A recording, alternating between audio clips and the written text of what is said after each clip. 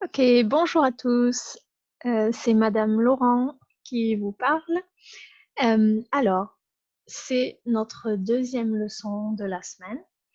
Euh, so, euh, on va écrire la date et le titre et on va continuer sur le thème de l'organisation d'une fête et la révision du futur. So make sure you write down the correct date depending on what day you have your lesson. Et le titre, c'est traduction, translation.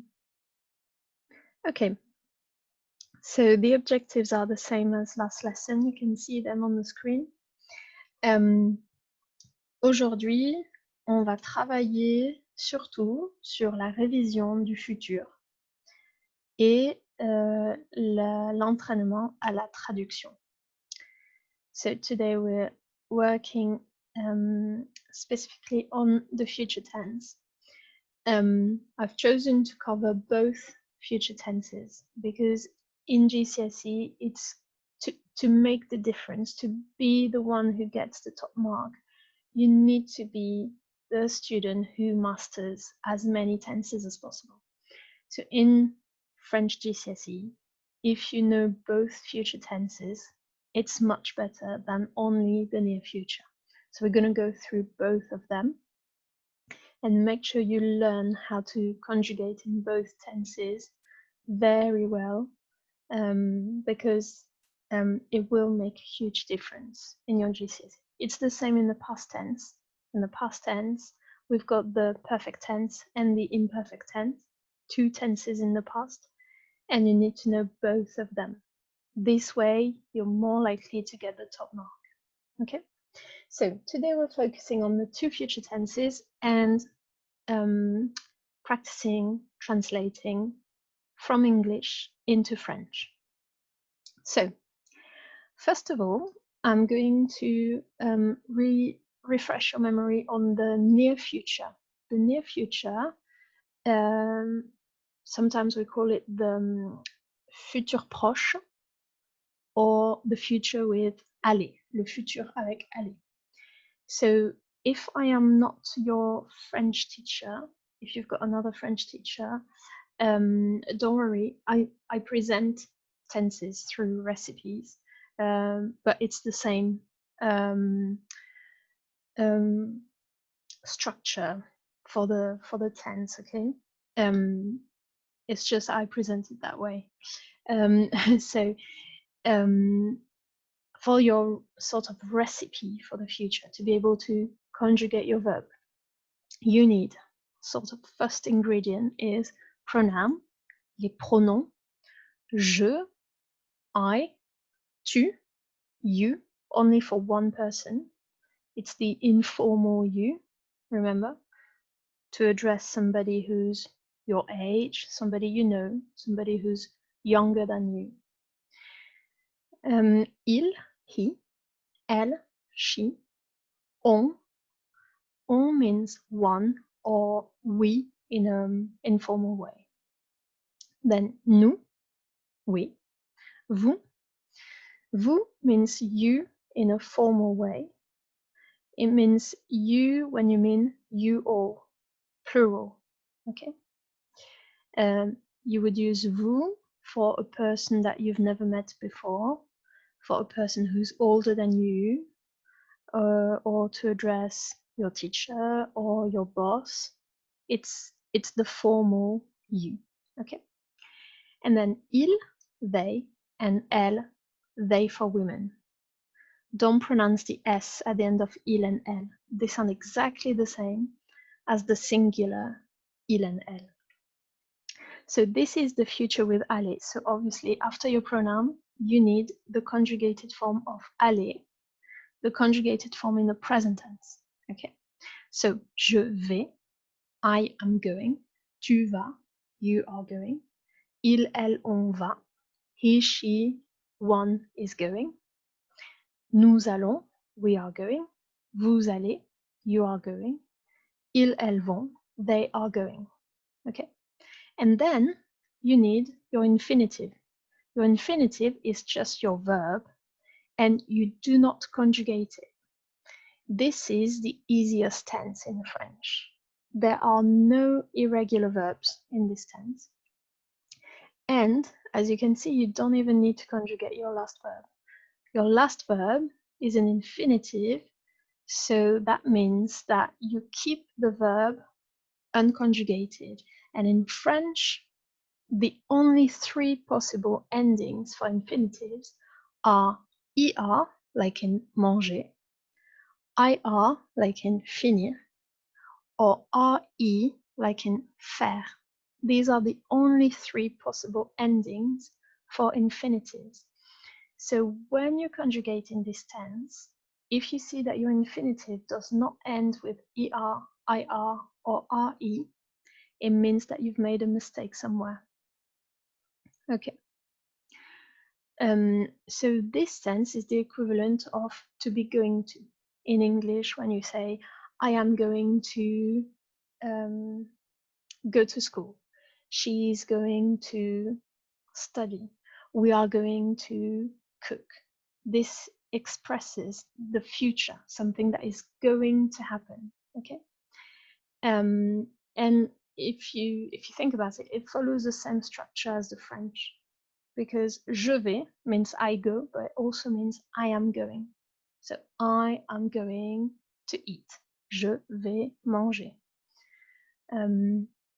Looking at the recipe, how would you say she is going to do? It is elle va faire. Okay, elle. Then I follow the line. I take the form of aller for elle va. And then faire is to do. Okay, do not conjugate your infinitive. You keep it as it is. So if you do not have this in your book, you need to copy it. It's very important that you know this recipe off by heart. Okay, so pause now if you need to copy it down. If you already have it in your book, you can still copy it down again. It will help your memory. It will help you remember how to form the future. Now I'm going to move on to the other future tense, the simple future. So here is the recipe for the simple future. The simple future is when you say will in English, like I will cook, you will go to school, she will do her homework, they will play rugby. If you say will, just use this tense. This tense is easy, but there are some irregular verbs. But I'll give you a list of the most common ones. So, it always starts with a pronoun. Je, tu, il, elle, on, nous, vous, il and elle. And then you put your verb, and again, you don't conjugate it. You keep your infinitive. So for example, for to eat, it's manger. You don't get rid of the ER, you keep it. To finish, for example, finir. You keep the IR.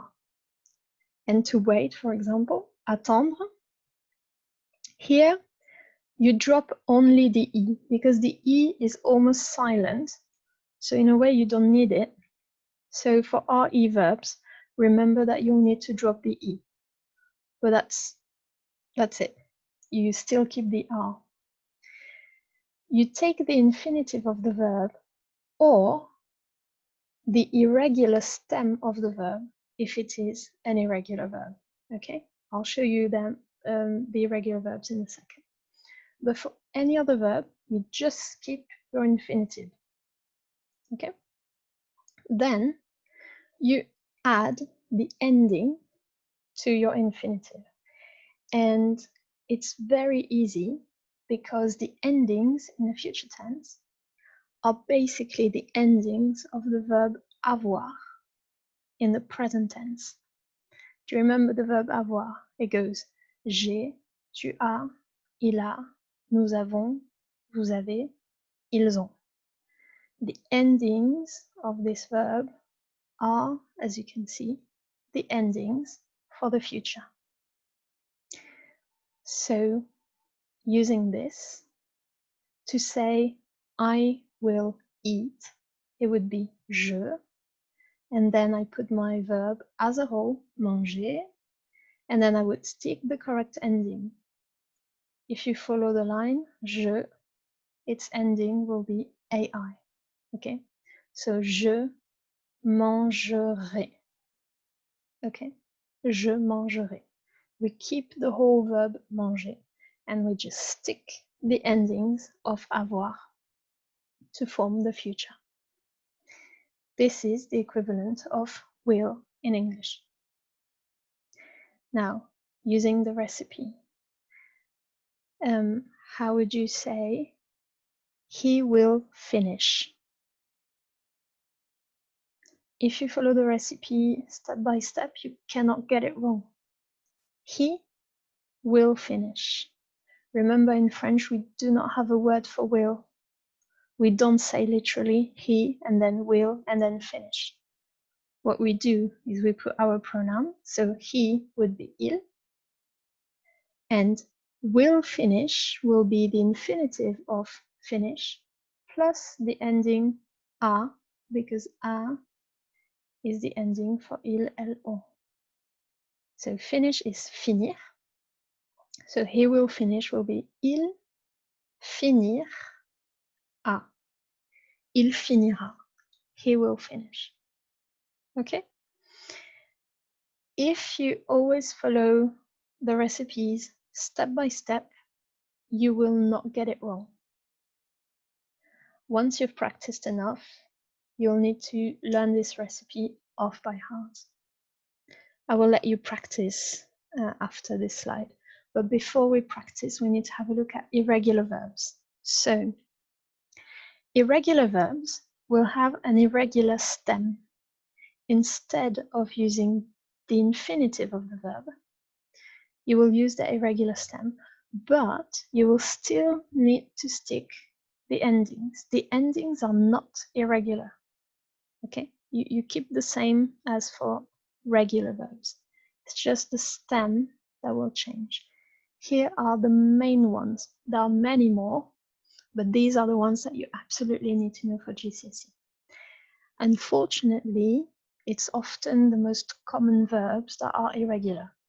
That's not only the case in French, in English language, that's the same. And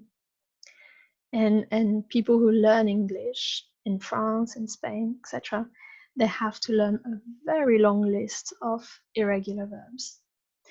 You don't have irregular verbs in the future in English, but in the past tense, there are hundreds and hundreds of verbs that are irregular. So you only need to learn these ones, okay? So for avoir, for example, if you want to say I will have, you will have, he, she, one will have, etc.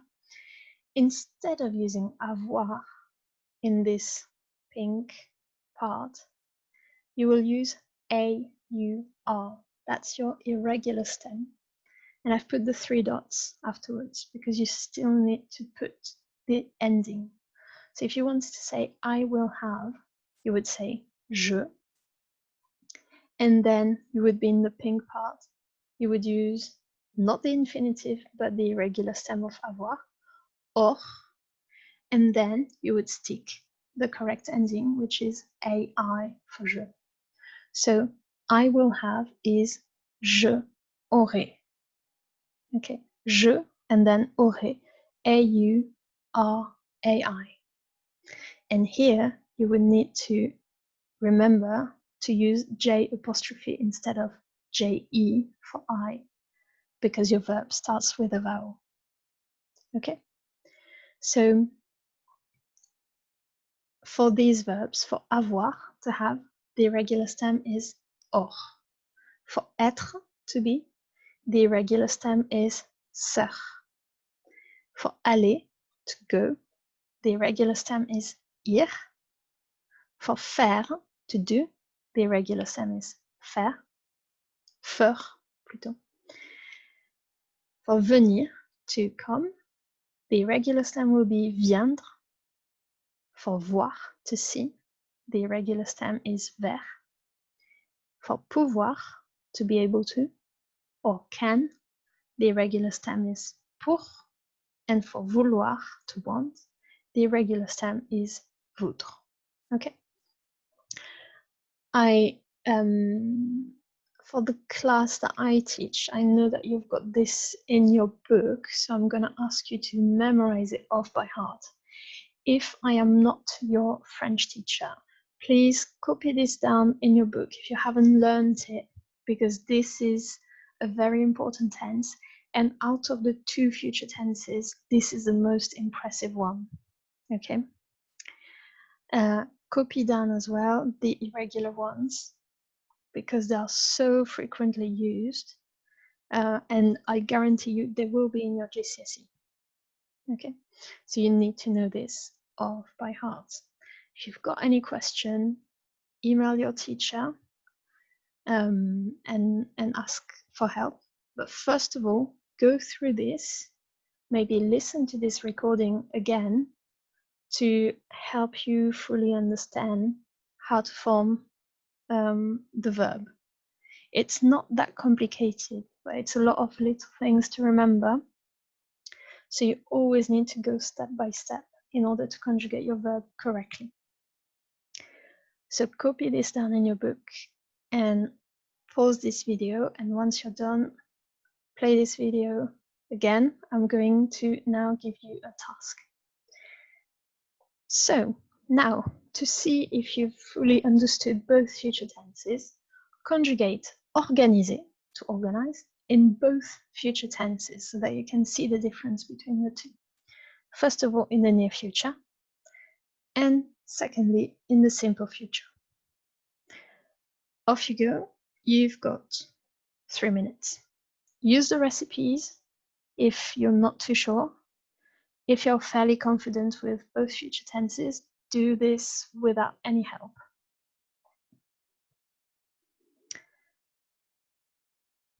Okay, now I'm going to continue. So, in the near future, you would have je vais organiser, tu vas organiser, il, elle, on va organiser, etc. You can see clearly that I followed the recipe. You can see that I've used a pronoun. Then the forms of the verb aller. And then I've kept organiser with the ER, kept the infinitive. Okay. Then in the simple future, j'organiserai, tu organiseras, il, elle, on organisera, nous organiserons, vous organiserez, ils, elles organiseront. You can see that I followed the recipe again. You can see I followed, I used the pronoun. Then, for the whole verb, I kept organiser as a whole. You had to keep ER. That is a common mistake in the future. Students tend to drop the ER. But in the future, you keep your whole verb and then you stick the ending. So you can see I kept organiser for the whole verb. And then I only put the endings of avoir. Okay, so correct your work if you've made any mistake. And I'm going to move on. Now,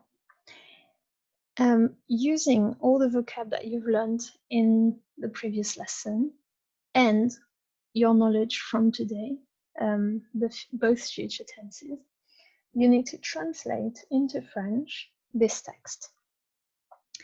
So if you've got the future tense like we are going, the near future, you will use the recipe for the near future to translate this. If you've got like we will buy food, this is the simple future, so use the correct recipe. Use the recipe for the simple future. Okay. I've put at the top that for we in a text, use on. Okay, use this pronoun. So take your time to do this well. Do this with your book. And maybe you can look up some words if you don't know them, like festival. I guess you may not know that. But most of the vocab you should know because we learned it last lesson. Okay. Every time you've got a verb, you need to conjugate it accurately. You need to check your spelling all the time. You need to check that you've translated everything, okay? Not necessarily word for word, but you need all the ideas to be there, okay? You need to stick to what is said. And finally, you can use word reference if you need to look up a word, but do not use Google Translate. If you copy this on Google Translate and just copy this in your book, you will not learn anything. So please do this properly.